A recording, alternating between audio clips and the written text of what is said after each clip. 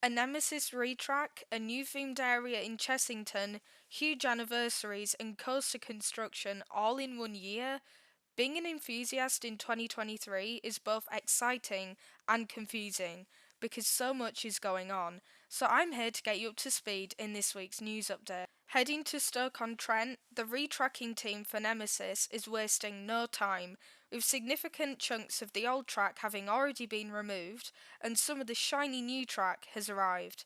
But what makes this new track so special? Well, this massive retrack, which will see most track and supports replaced, needs to last for a long time. So this track will be weighted with sand to disperse the force of the coaster so it doesn't wear with stress and will make it just a bit quieter to comply with sound restraints. Then you have the more controversial side of the track. It's black.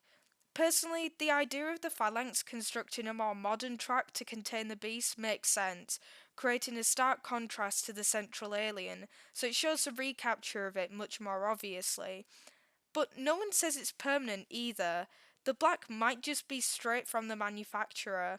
My case in point being that Sick at Flamingo Land was fully assembled with red and yellow track, but was painted to its signature scheme of black and grey later, so we may still see the rusty colour scheme return later on. Duel is also completing its refurbishment, but no news has been announced regarding that, with only a few changes to the barriers taking place, so the theme and opening date, which is likely to be 2024, has not yet been confirmed. Lastly, from Alton Towers, plans have been submitted for a new attraction in the old Coaster Corner section of the park, which hasn't seen development for 20 years. While the details of this ride haven't been confirmed, the general theories tend to be that it will either be another indoor dark ride or an indoor coaster, which I would love to see because indoor coasters are a rarer spectacle these days. Heading to Chessington now with an awesome development, the World of Jumanji. This new area will feature 3 rides and will open in spring of this year, though the exact date is yet to be confirmed. The main ride, or should I say coaster, is Mandrill Mayhem, a wing coaster manufactured by Bolliger and Mabiard. Themed to the chase sequence from the third Jumanji film, this coaster is the first of its kind, as it has a 45 mph LSM or linear synchronous motor launch that wraps around the 55-foot tall Jaguar centerpiece and has a single inversion. Then you have Ostrich Stampede, a super jumper flat ride that will be suitably themed, and Mamba Strike, which according to Chessington Buzz will be similar to Jungle Bus, but faster.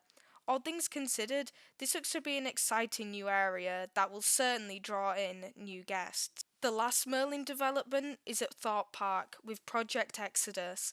After being confirmed at the end of 2022, the land around the future coaster is being cleared. It will be the tallest coaster in the UK, standing at approximately 236 feet, which snatches a title from my beloved big one by 23 feet. It will have 2 inversions too, making it considerably more intense, but the experience will be much shorter. But I'm sure we can trust Mack Rides to give us another phenomenal coaster. I really hope this proves their worth to some skeptics of their work and puts them on the map. Finally, let's take a look at Blackpool Pleasure Beach, who are currently very silent on the issue of Valhalla still being in refurbishment. Of course, it's been very difficult to get it finished due to closures in 2020 and other technical delays, and fans are worrying that it will either be rushed to be finished or turn out to be a never ending black hole of cash for the park. I'll wait as long as it takes, so long as the park can preserve the passionate vision it had for the project at the start. So far, we've seen a trailer for the ride, teaser images of the ride, and it seems like they're nearing the finish line, confirming the release of new merchandise for the ride. If you want more details on the ride, I have a whole video on it. Just today, the park released a video showing them removing the topper from the Big Dipper, teasing that they are going to be showing some love to the classic wooden coaster for its 100th anniversary this year.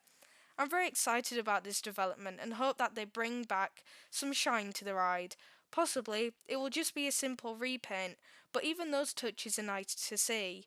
Or they may paint it in line with the more modern anniversary logo, which is black and gold. So, if you're a fan of Icon, there are plenty of options fit for the cold weather too. with new oversized hoodies, tons of new Wallace and Gromit merchandise if you want some themed magnets, teddies, and assorted accessories, or if you want to surround yourself with Valhalla bows, you can get your hands on a boat wheel or chain link. But if you want to be a more subtle fan, there are some really nice pins on offer that will make a nice addition to your collection. Anyway, I think I've pretty much covered all the mainstream news to kick off the new year before the theme park season kicks off in March. If you enjoyed this video, you can find more in-detail updates and history videos on my channel, and if you want, you can like and subscribe to keep up to date. This is Just Talking. Bye bye.